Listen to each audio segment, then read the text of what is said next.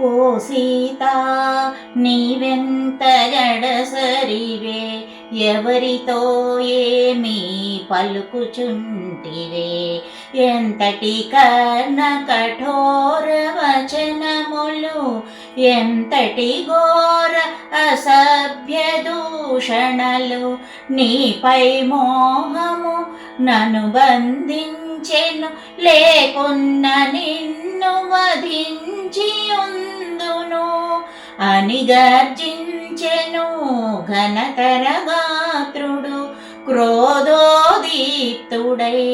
దశకంఠుడు.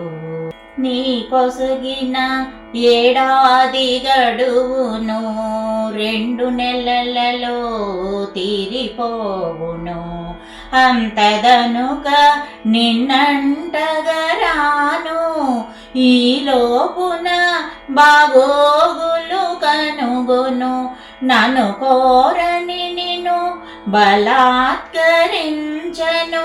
నన్ను కాదను నిన్ను కనికరించను అని గర్జించెను ఘనతర గాత్రుడు, క్రోధోదీప్తుడై దశకంఠుడు.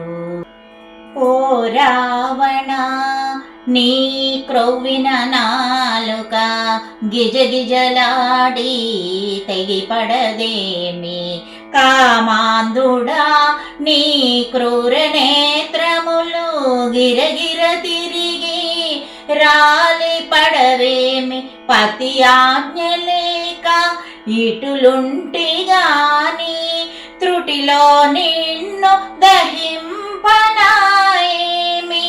అని పల్కె సీత దివ్య స్వరమున, తృణము కన్న రావణుడే హీనమన.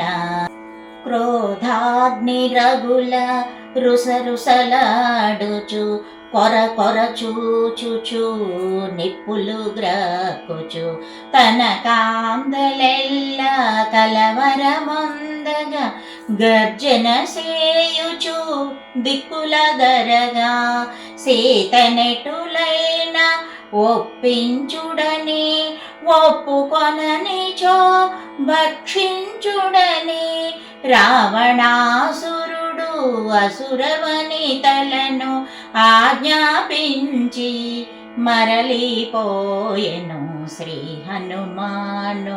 గురుదేవులు నాయద పలికిన సీతారామ కథ, నే పలికెద సీతారామ